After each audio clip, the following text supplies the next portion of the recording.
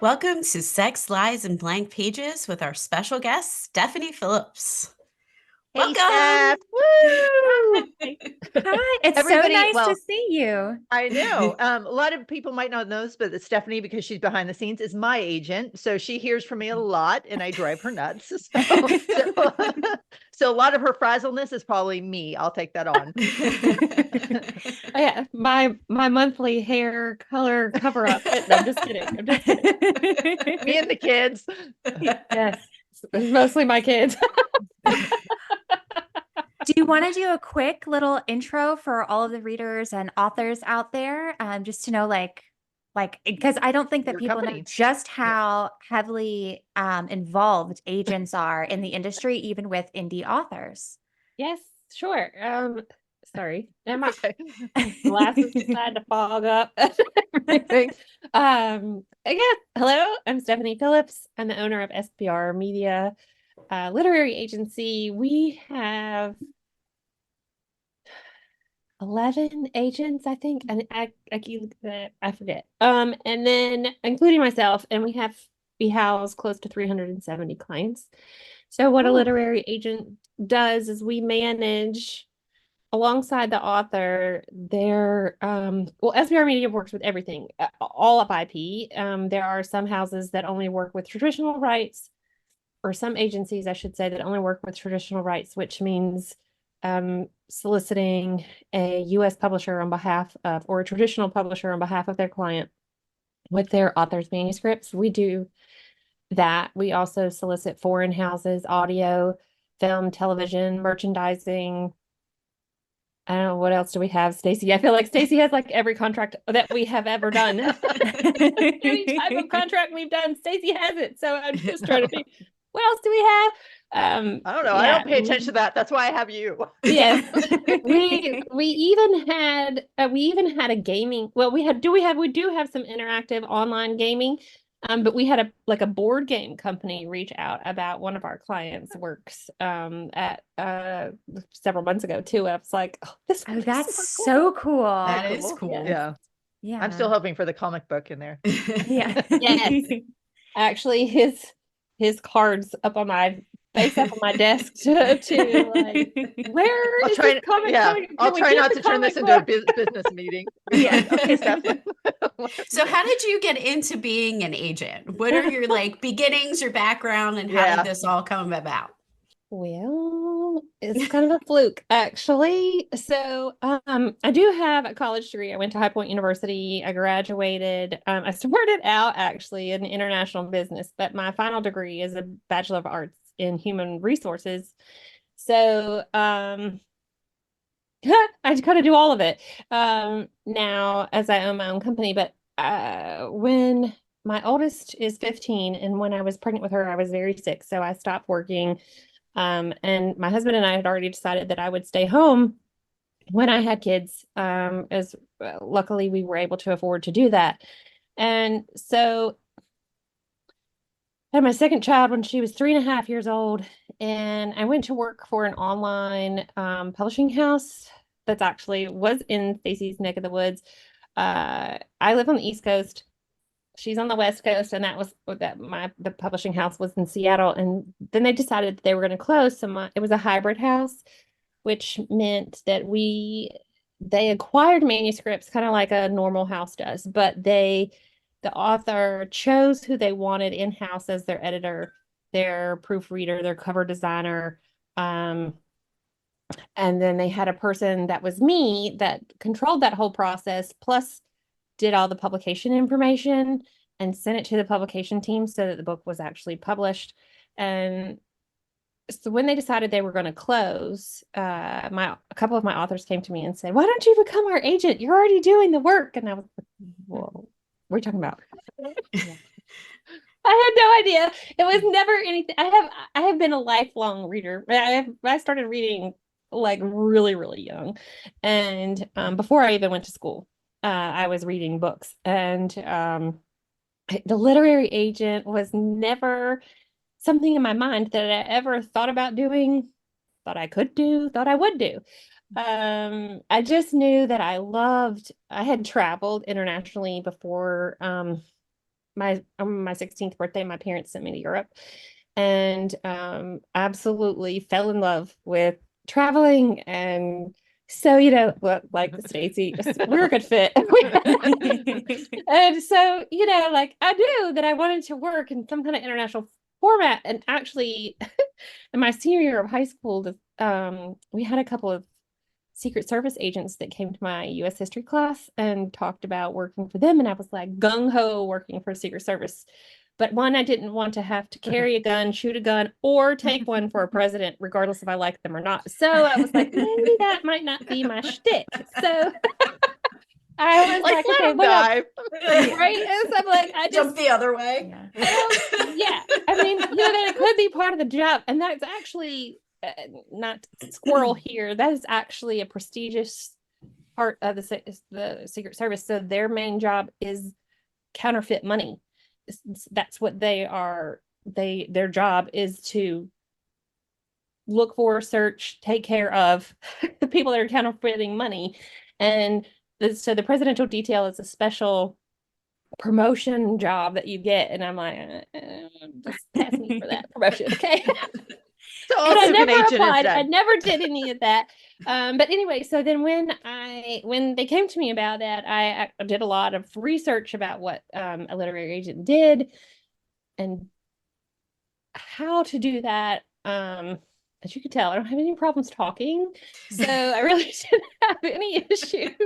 You should see mine and Stacey's conversations and voice messages back and forth, back and forth, back and forth. Anyway, it's so I didn't have anything to lose by emailing publishing houses and saying, "Hey, what do you think about my author? Do you want to buy their book?" Yeah. That's SBR amazing Media though. will be 8 in April, and so it's grown exponentially. I couldn't have imagined 8 years ago. Well, 8 years ago at this time, I didn't even think about having a literary agency, much less it being this big and having this much going on. It's it's phenomenal. It's just really amazing. It's a lot of fun because day to day everything changes and you get to work with so many amazing people. So, I mean, it's That's cool. It's fun. There I like are it. there are a lot of parallels. I'm also coming up on 8 years. I also started in this industry when my son was 2.5 and I had just had my little girl. And I do say a lot of times that, romance saves a lot of women and men too. But it's kind of crazy how we write for readers and give them that escape, but at the same time, the industry allowed us to escape and gave us this avenue. So that's funny. I love it. This is totally different from most other people's paths, I think. I didn't intern with anybody. I really had zero clue what I was doing when I started as a literary agency. And I've just kind of taught. I'm completely self-taught. There are lots of things that I still need to learn, which is a good thing, because otherwise I think I would be bored. But yes, I mean, I love it. It's just interesting to see how many places book babies can go and, who's looking for what and, the different aspects of publishing is just so vast. It's and intellectual property in general there's just so many things to do with it. You don't think about it until you start working hand in hand with it. And like I don't know if Stacey has talked about this before, but like when we were working with the trademark attorney to trademark her brand, it's so many decisions on trademarking and what can be used for what things and how specific does it need to be and how how many areas do you have to protect under trademark, and there's so much. And then okay, so now that we've got this done, what can we do with this trademark in order to utilize all of these things? It's just kind of, it's interesting. It's, to me, and most people are probably like, what you know, but it's just I'm kind of glad you find it interesting. Thank you. I would never Um, be able to write a book. My mom keeps telling me every day, you should write a book. You have so many stories. You need, you know, like the way your brain works. I'm like, my brain does not work like that. I Like, say the I'm same not thing, To work with Stephanie. all the Yeah. authors. I'm not my meant to brain- be an agent. So I'm glad, we all know like, okay, no, this is the way I contribute, like I Yeah. couldn't be an agent. So That's what I say. but I'm good at so many things, and I don't think writing would be one of them. I don't think I have first of all, the stamina to do what you guys do. But I agree with you, we're Stephanie. masochists. Like you're masochists. Like sitting down this morning, I'm like, I'm a masochist. I have to be. But I think like a lot of times with writing, with being agent, I think a lot of people, I always think of that meme. It's like or is it meme or mimi or whatever they call it? However you want Like to say it. this is what my parents think I do. This is what my friends think I do. This is what actually I do. And I feel that a lot of this is so much deeper. Like people think, oh, an agent, you just take a client and you try to sell them to like a house. Right. And I'm like, oh my God, it is so much more. So Mhm. what do you think like is the biggest, misconception of what you do compared to like what people think you should do for them? What is actually done? Like what's that kind of?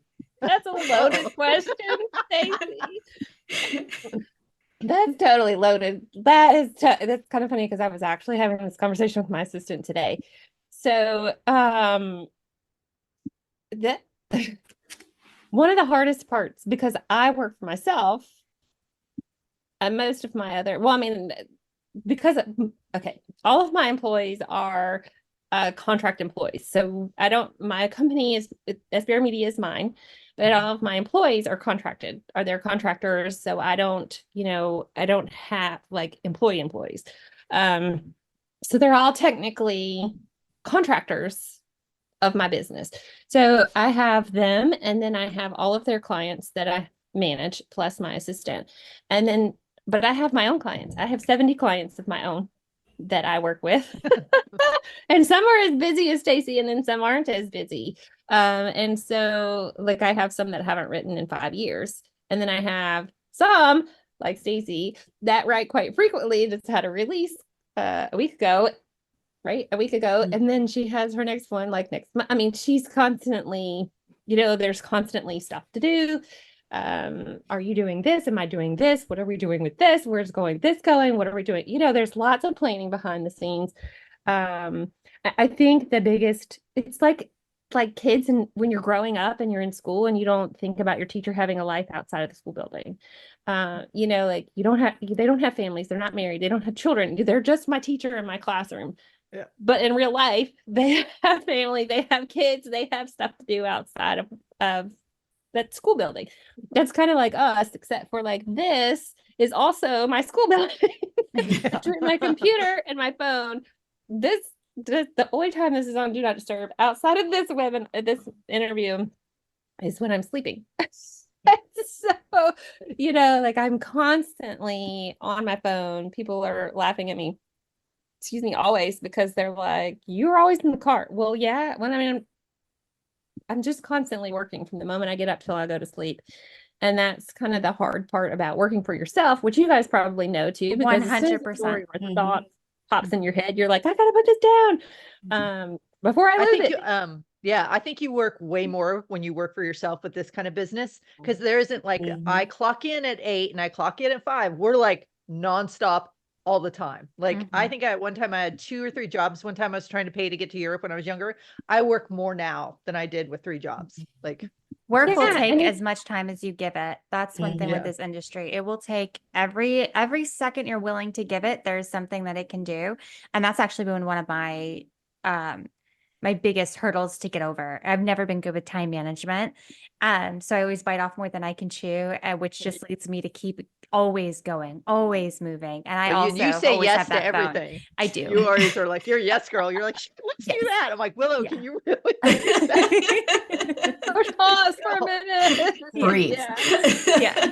It's hard because if I don't work, I don't make money. So like that's the thing. I have a 15-year-old daughter and an 11-year-old son, and before I turn around, she's in high school, so of course she's going to be going to prom. She has like dances. This kid is like wrapped up in TikTok, so of course there's like all the Sephora. The Sephora bill is ridiculously stupid. And then, like clothes. And then there'll be, obviously there's homecoming dances, there's prom dances. You can't wear the same dress twice. And then, she'll need a car. And then she'll need, like she is helping to pay for her car. But that, there's all these kind of expenses. Well, I'm not, because the way that my company is set up, we only make money when we have contracts that we have solidified on behalf of that's how mine works. They're not all agencies are the same. They have that set up differently, like a regular business. And their employees are paid by salary or by the hour or whatever. But mine's not set up like that. So I only get paid if I have income coming in. So it behooves me, right, to work on behalf of my clients, because that's the only way I'm going to get money to pay for all the stuff that these kids need. Kids need. And so it's and things like, excuse me, I'll be going to London Book Fair in March, and it has to pay for that too. There's all those kind of things, and that's one of the differences too, is that because I have all of that on my shoulders, I do kind of make myself work a crap ton of hours so that I can afford to have money coming in and afford to do those kind of things. And to make me happy, because yes, making me happy is the most important thing ever. Come true. We're working on that. I mean, I've done a pretty decent job so far. We are. This right now, why it stumbled is nothing we can do right now, and that's what's frustrating. So one of the things that we ask authors is, what's the high and what's the low? And I imagine, since you work with authors, you would not say a name whatsoever. And perhaps some things cannot be said. Yeah. Yeah. But do you have like a high where like it was just an amazing moment, and possibly like a low or something around there, just to share and spread some light? Yeah, sure. Excuse me, it's picking which of those I want to pick to talk about. So there's probably a couple of, I'll start with the low first and end on a positive note. So the very first time I was largely disappointed, I had an author that had come on board. It's not Stacey, but I had an author come on board, and she's fairly well-known author, and this was several years ago anyway, when she first came on, and she had expectations and requirements and all that kind of stuff. Well, anyway, I went through this whole process of working through this deal, and ultimately she declined the entire thing, and I was like, what? Like, you didn't want me. And that was like the first time it had ever happened, and so that to me was like, excuse me. I totally understand her side of the coin, but to me, I was like, I did all this work and you're gonna say no, like what? I got good enough for you, right? Like that's it just was, I had never had that happen before. I had never had an author turn down anything that I had presented to them, or that I had gone back and forth to negotiation and still didn't work out the way they wanted. And completely turned down, and I was just kind of like, oh, I have failed. Like, I don't like disappointing my authors. I like working on their behalf and trying to push as best as I possibly can. And it just was like, I gut punch. Yeah. Are you an acts of service love language by any chance? I don't know. Probably. You sound like you are. I think she is. Yeah, I am. Yeah. Because I do like to help people. I volunteer a lot. I do. I mean, I take, it's probably one of my top ones. I've never taken that test, but I probably should. Yeah. And then probably I have two big highs. One has not been announced yet. Really, neither one of them have been announced. But since she's on here, announced, do I not know?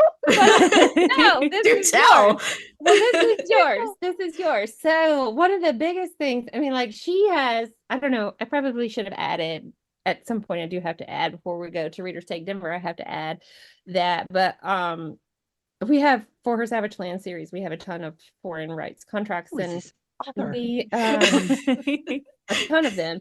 I mean, we have some others for her other series, but really Savage Lands has the most. But anyway, we had a production company reach out to us for the rights for her Savage Land series.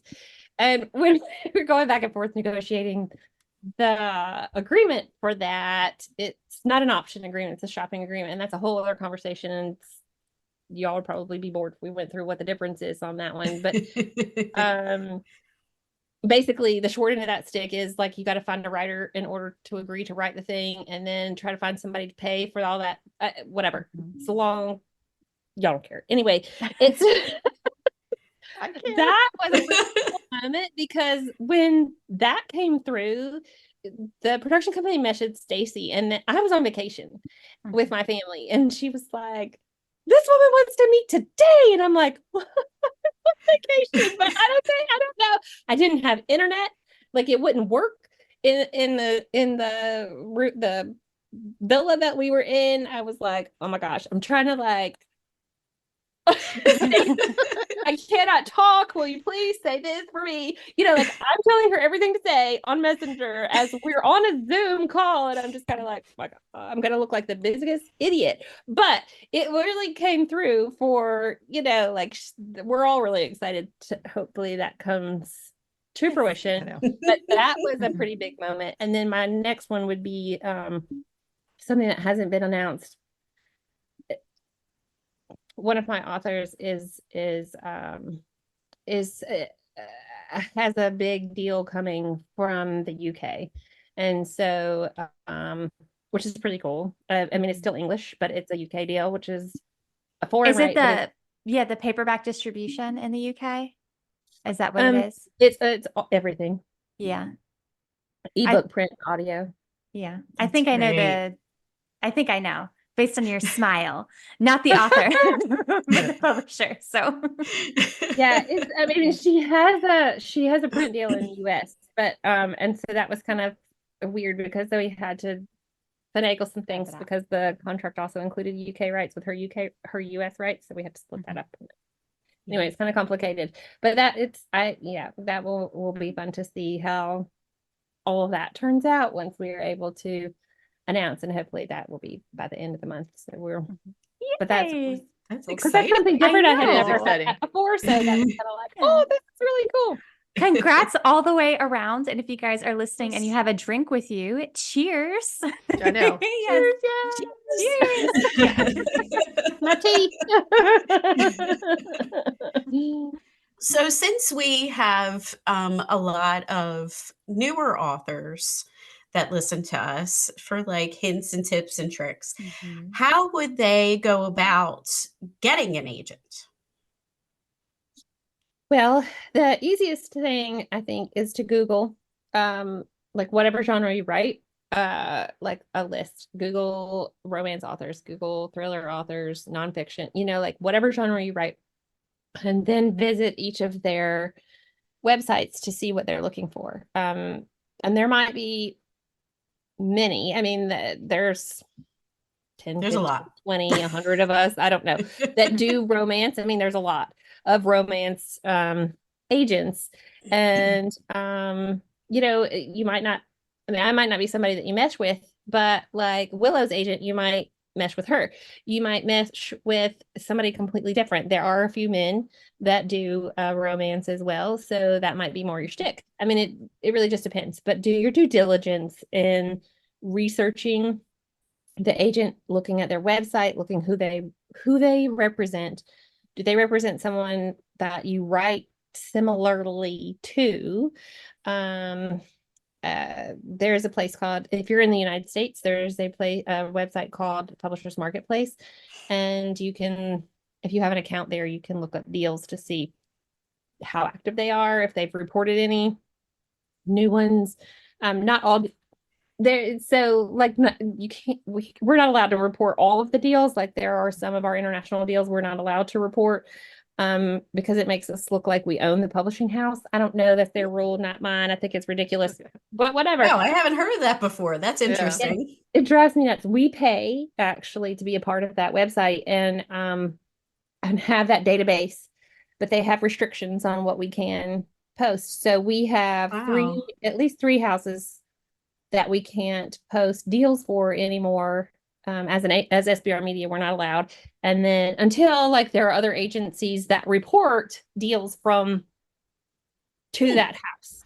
So we are restricted until somebody else does a deal with them, but not all agents report their deals. So that's a catch-22 on that one. They don't see the importance or maybe they just don't care. I don't know. I like the ranking system because, like I like to see not really to compare myself, but then also to compare like how well are we doing? Right. Like I know when I started this agency, I know the agents that were like the agents in the industry. So are we comparing to them? Are we doing as much or better or worse or what? Like, how do we need to, to improve? I don't know unless I look at that because I'm not friends with them. So I don't like outside. I don't know them. And so, like I can't be like, Stacey, what do you think about this? What's the word on the street? I have no idea. And I don't know if she would know either, but like, that's the only way that I don't know.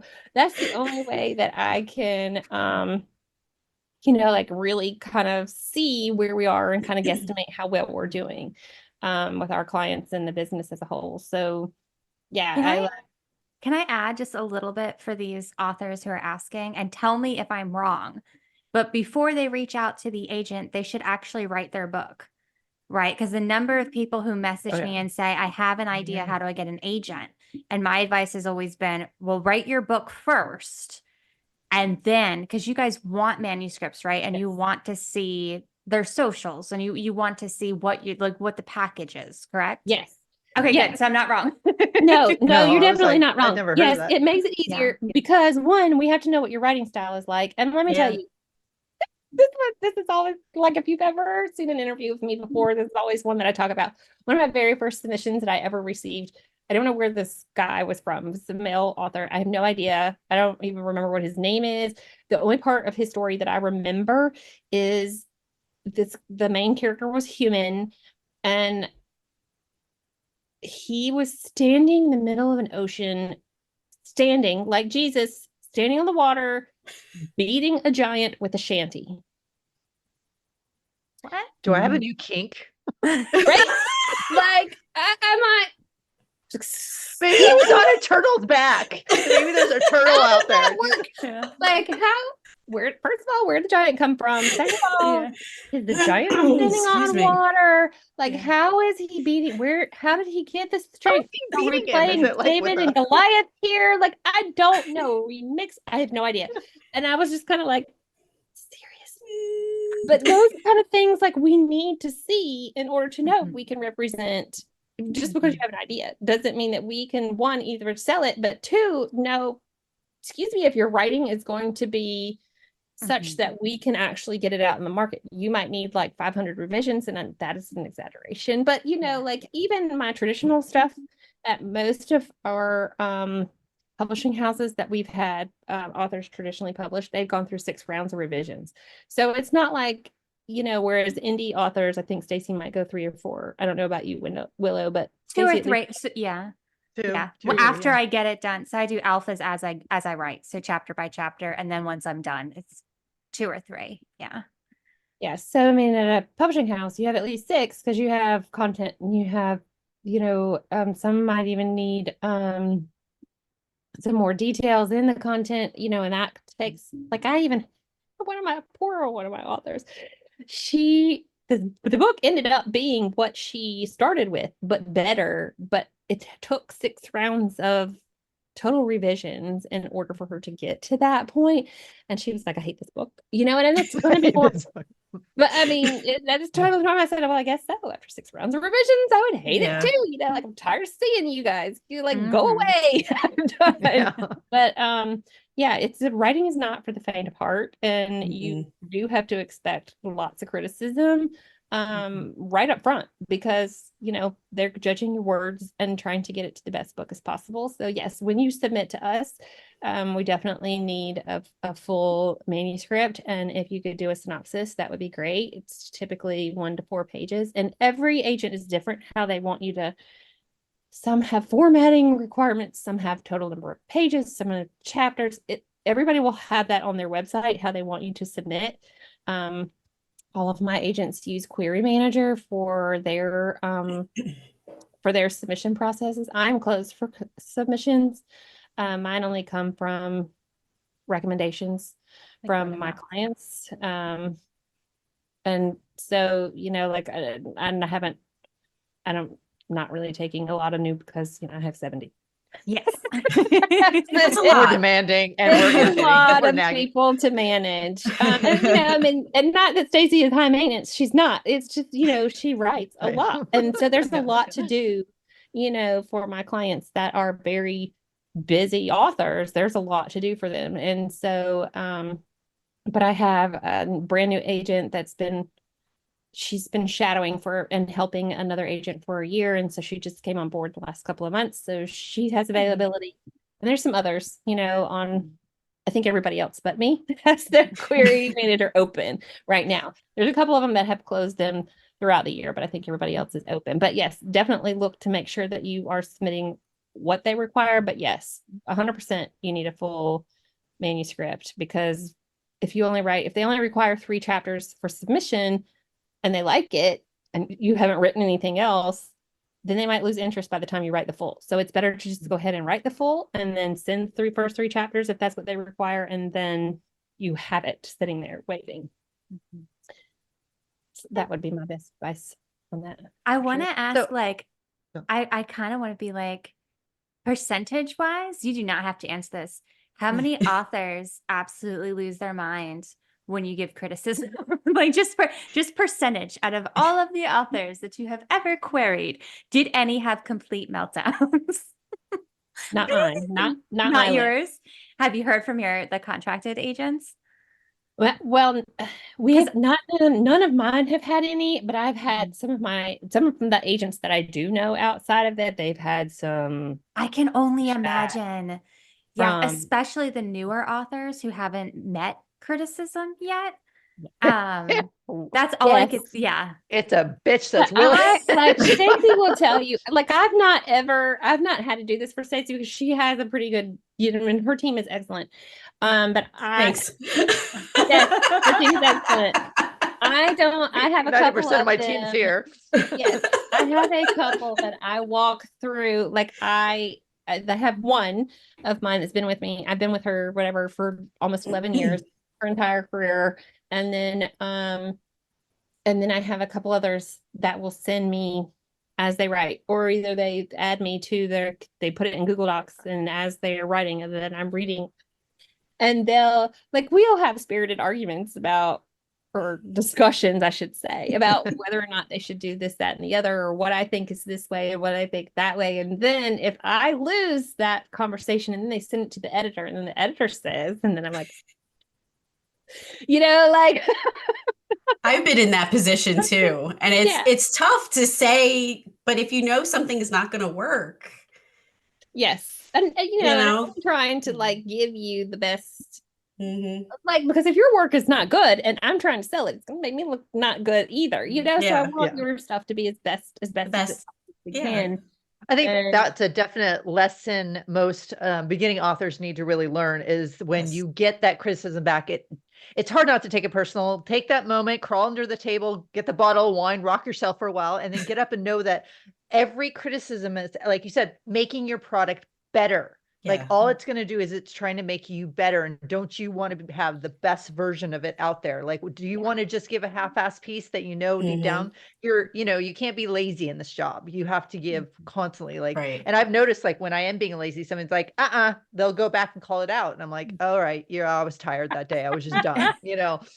So, it's just the best advice was, after a while, is really trying not to take it personally, and knowing when you get it back from your editor to give yourself that moment, but then go, okay, they're not hurting my feelings. They're not attacking me. They're just saying, we need to alter this. It's not quite there yet, so it's just like, I think people immediately get defensive and want to be like, oh my God, and you're like, Yeah. This is mine. You're not big, but yeah, it might be or yours, defensive. Yeah. but there's a way to make it better, a Mhm. better version of you. It's like as we grow as a person, right? Like I'm not the same as I was when I was 15. Like my daughter, I'm not the same as I was when I was 20. I'm definitely not the same person I was almost 8 years ago.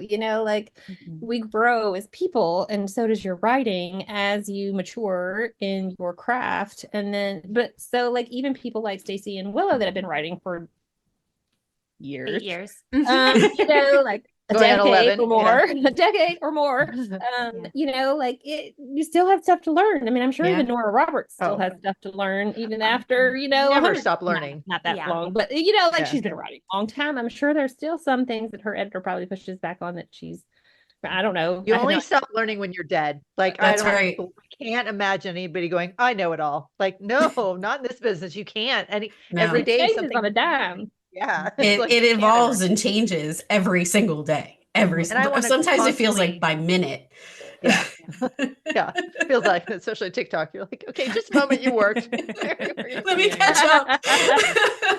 So just a question, I'm just interested, Steph, is Yeah. in this, like, foreseeing what you see is like with the houses kind of coming together, like, I mean, there used to be 5, now there's barely 3 now. Do you see more of these little boutique places coming up, that kind of thing, or more of these just more agents taking on a heavier role? Like, how do you see like this all working and the change that might be coming? Well, it's And how much? definitely different. So there are a lot of editors that are jumping ship and becoming agents.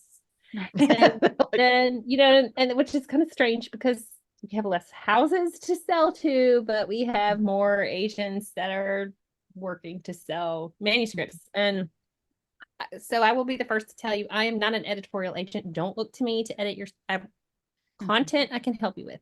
If you want to know, don't ask me about grammar because I have no freaking clue. Yeah. Like if I notice it, it's got to be glaring because It's gotta be bad. That's me. I Really mean, I bad. just read. Like when I read, I am reading, and I don't want to stop. So if it stops me, it's got to be bad. So I mean, I know that they're probably like, let me fix this for you before they send it out. So it takes more time for those kind of agents to solicit manuscripts. But excuse me. One of the more popular houses these days in the romance genre, I don't know if most people know, but it used to be solely owned by the publisher, and now Penguin Random House owns 53% of it. So that's been kind of. And what is that? Source Books. What? Source Source books. Gotcha. As a whole, it was the 10th largest several years ago. It was the 10th largest publisher in the United States, and now they've been bought by Penguin Random House. I mean, before they were 10th, and then the owners sold 49% shares, and now they own 53% Penguin. So I mean, even that is an umbrella of a Penguin Random House instead of just Source by itself. So Entangled is still by itself. It's distributed through Macmillan. There are some other smaller houses that are kind of wanting to get into this, print distribution and get their books out there so that they can grow bigger and be bigger and kind of try to get a piece of this pie. And, I think with all the changes that are happening at Penguin Random House, I don't know how many people are really looking at Simon & Schuster, but like Penguin as a whole, they went months without a CEO. Months. Last January, their CEO resigned, and so they had like an interim, but now the guy from Europe has taken both US markets and the UK markets. So he's officially their CEO now. And so he's making some changes, shaking some stuff up. We'll see how that kind of falls. They've been kind of squishing some imprints together, moving things around. And that always happens, like when HarperCollins acquired Harlequin. That was some of the things that they squished and moved around and cut and, diced. So we'll kind of see what happens. I don't think Simon Schuster will have any issues because they weren't bought by a big publisher. Like if they would have been absorbed into PRH, they would have had some squishing. But I don't think they're going to have that issue. In fact, they might actually grow to be a lot bigger than what they are. In projections, because last year they did an enormous amount of money. I think every single house that Colleen Hoover was with, she has multiple houses that she's published through. All of them did exceptionally well last year. She sold so many print copies that I think that's helping them see, how to direct into coming years, what kind of books that they are looking for. And I think that's also changed, like specifically with the romance market, how back in 2013, way before I was an agent and I was just blogging and reviewing books, the Penguin Random House and some others like Grand Central, Forever Imprint, they were buying rights for paperbacks. And some of those authors' careers kind of fell instead of imploded like they're doing today. Now, I don't know if in 2013 the market just wasn't ready for that, or if they just didn't know how to break out of that traditional mold that traditional publishing has been stuck in forever, to meet the needs of that day and time. But now with social media as big as it is, and TikTok, and, people wanting to go and actually get all of these on hand, it's nice to be able to get that, even though my Kindle is upstairs, but even though I still read electronically, I still have a whole library of books. I It's still nice love to, collect them. I'm still begging Stacey for copies of books, Where can I get these books? Come get them. Yes, but I need to make a trip to her house, the other side of the country, so I can rate her bookshelf. But yeah, I am definitely a hoarder of print, but I think that is a thing now that publishers kind of understand a little bit. They have to change a little bit more out of their traditional mold in order to meet today's market. And that is even with their traditional, with their, not just the ones that they have paperback rights to, but everything, like they have to really get with the program in the way that things are marketed now instead of back in the day. And so I really think it's making a difference. And then I think it's interesting to see how because romance left traditional publishing and became indies. And so, this market, and we have two very strong indie authors here on this interview. And so, just seeing how you guys react to what you've been offered and what you will say, I will accept this, you will do this, and you can have this, is kind of a different ballgame. And they weren't ready for that, I don't think, back when they originally tried this. No, they're much more willing for us to bow down to them. Like, we offer this and you accept. And now we're willing to be in a position to go, no. Exactly. Because it won't make that big of a difference. Yeah. I have more power. They weren't expecting indies to have such power over here. The only thing is, I hate having. I remember I got offered a deal where they wanted longer. They were going to price it lower. And then they weren't going to do audio and they weren't going to do paperback. And I was like, I'm sorry, like, but aren't you happy about that? You're literally. And I was like, why would I do this? That's I don't, it was astounding what they offered. I feel like they dropped the bag by not honoring the fact that romance is a valid genre and seeing its worth. But we showed them, and now they're trying to pick that bag back up. So the only problem is that I hate seeing it's like corporations in the world nowadays. I'm so tired of 3 owning everything. I'd rather it's smaller and that we're all like. And to me, if there's more of them, there's more books going out. To me, big houses, they get like, well, we're only doing these. So I feel like you're pushing out more indie authors. Like you're going to be like, all right, we're just going to make more money out here without you then. Like, screw you. Which is totally fine. There's plenty of market. Money in the market, obviously. There's readers for everybody. And regardless if the trad houses, and, they'll probably, some agents, if they see this, like, what is she saying? Because, the majority of my clients are all self-published. We probably have out of 300 and so say 370 clients that we have, probably only 60 of those, if that many, no. 21 of those are traditional clients. Wow. So Yeah. we have, Yeah. Indies are 340 killing that it. are self-published. That we know that there's money to be made. And, even we do a lot in the foreign market. The last year, SBR Media was, here we go to that rankings again. We were third in international rights and the That's other, great. and That's actually the amazing. other two Yes. were out. The other two agencies were outside of the United States. So technically Yeah. we were number one in the United States for Yes. Yeah. That is You were number one. excellent. Yeah. Yeah. That is And excellent. that's a market that I don't think, it used to be back in the day, it used to be, if you got a traditional deal, that was like something, and you had to be with a trad publisher in order to get an international deal.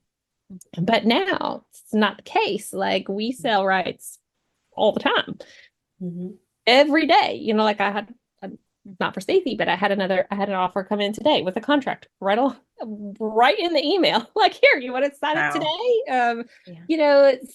It's stuff happens here all the time. I mean, we are constantly doing international rights and audio rights, and there's just so much when you're talking about intellectual property. There is so much that can be done. And I'm sure, Willow, you probably know, because I've seen some of your videos, like you have that huge store and you have merch and you have all that kind of stuff. I mean, there's a lot that authors can do that trad houses aren't doing or being a part of, and they're kind of losing out on this sad, income that they could be getting. But they're too much of a conglomerate, really, in order to take that on. So I think that's also part of the pleasure. I don't know what you would call it. Like well, that's a good word to end on. Right? I mean, it can probably, I'm sure, be a pain in the tail, because there's just so much to do, and you feel like, but you are running a business. At the end of the day, you are the creator, but you also are running a business, and that business takes time to foster and really, put it out there. And I had a financial advisor when I was offered that really crappy trad deal. And I remember just being in the corner of my bedroom crying because I was ready for a break. And it's one of the top three. It was Penguin. It was Love Swept under Penguin that offered me this deal, which doesn't exist anymore. And I remember crying and I said, I don't even get why they would offer this to me.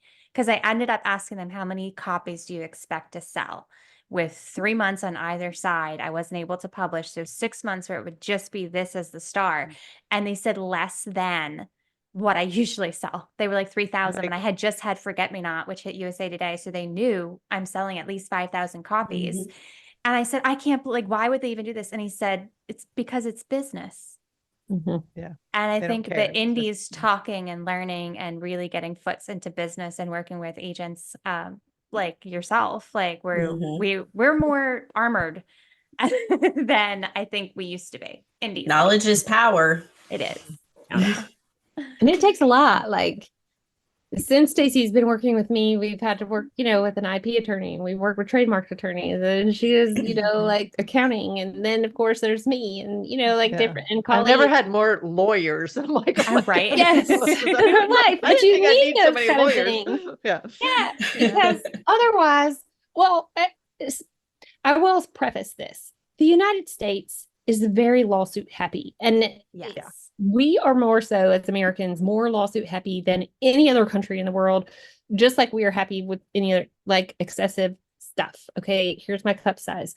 This is like small, but I'm sure, Colleen, hold up your tumbler. It's probably twice the size as mine. Yeah. That's her Stanley, right? Like, or something equivalent. It's a knockoff, but yeah. Like, please say it. My European friends and clients are always like, "Oh my gosh, that would be a large, your huge cups." Like, I don't have my SBR Media tumbler for every year. I give a clients a gift, and a couple of years ago, I gave them SBR Media tumblers, and when I took them to London last year to give to one of my agents that lives in London and a couple of my clients that live there. One of them was like, "You Americans and your excessively large cups," and I was like, "Listen, I drink from this thing all day. Okay, like I don't know how many. Lord, that's a bladder buster. I drink Yeah. 3 of these a day of ice water. Right, like it takes me all too day European, I to guess. probably finish a cup of stuff. I mean, like I'm nursing on the thing all day. It's not like I just Yeah. like sit it down and leave it. I'm constantly drinking from the cup. So like you have this like little bitty tiny cup, and then like your tea cup. You're just. I mean, I don't even have a cup small enough in here to mimic that size. Oh, maybe here. That's Oh, okay. I can't really get it. I have this like little teeny tiny tea ornament. My wine yeah, glass no. is my smallest cup, and we know I refill that. So Just get a straw. But, Yeah.